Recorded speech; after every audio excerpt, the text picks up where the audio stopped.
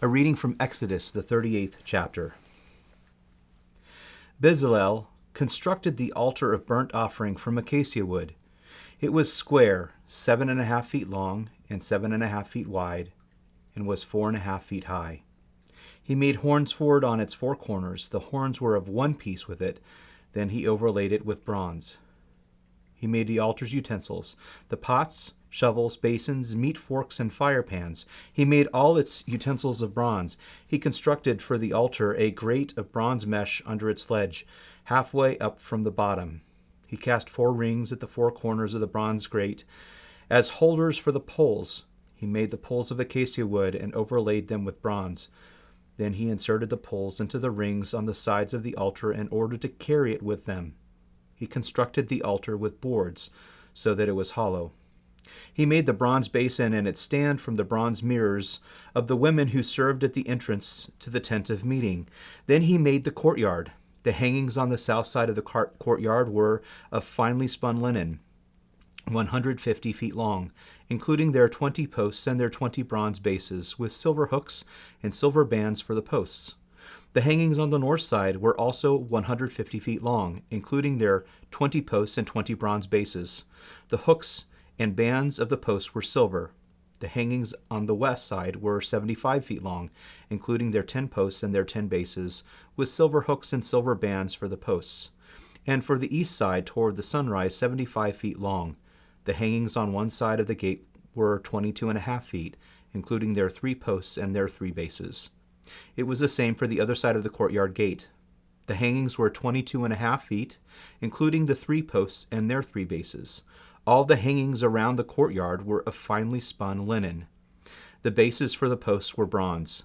The hooks and bands of the posts were silver, and the plating for the posts, for the tops of the posts, was silver.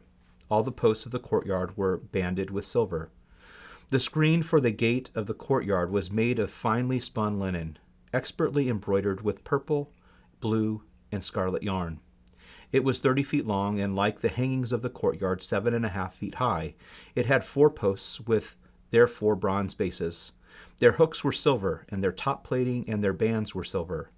All the tent pegs for the tabernacle and for the surrounding courtyard were bronze. This is the inventory for the tabernacle of the testimony, that was recorded at Moses' command. It was the work of the Levites under the direction of Ithamar, son of Aaron the priest. Bezalel, son of Uri, son of Hur, of the tribe of Judah, made everything that the Lord commanded Moses. With him was Oholiab, son of Ahisamach, of the tribe of Dan, a gem cutter, a designer, and an embroiderer with blue, purple, and scarlet yarn and fine linen. All the gold of the presentation offering that was used for the project and all the work on the sanctuary was 2,193 pounds, according to the sanctuary shekel. The silver from those of the community who were registered was 7,544 pounds, according to the sanctuary shekel. 2/5 of an ounce per man, that is, half a shekel according to the sanctuary shekel, from everyone 20 years old or more who had crossed over to the registered group, 603,550 men. There were 7,500 pounds of silver used to cast the bases of the sanctuary and the bases of the curtain. 100 bases from 7,500 pounds, 75 pounds for each base. With the remaining 44 pounds, he made the hooks for the posts, overlaid their tops, and supplied bands for them. The bronze of the presentation offering totaled 5,310 pounds. He made with it the bases for the entrance to the tent of meeting, the bronze altar and its bronze grate, all the utensils for the altar, the bases for the surrounding courtyard, the bases for the gate of the courtyard, all the tent pegs for the tabernacle, and all the tent pegs for the surrounding courtyard. Beloved is where we begin. If you would enter into the wilderness, do not begin without a blessing. Do not leave without hearing who you are. Beloved, named by the one who has traveled this path before you, do not go without letting it echo in your ears. And if you find it is hard to let it into your heart, do not despair. That is what this journey is for.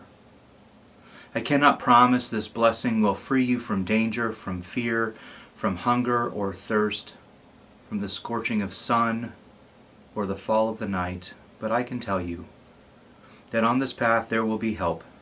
I can tell you that on this way there will be rest. I can tell you that you will know the strange graces that come to our aid only on a road such as this, that fly to meet us, bearing comfort and strength, that come alongside us for no other cause than to lean themselves toward our ear, and with wither curious insistence whisper our name, beloved, beloved, beloved.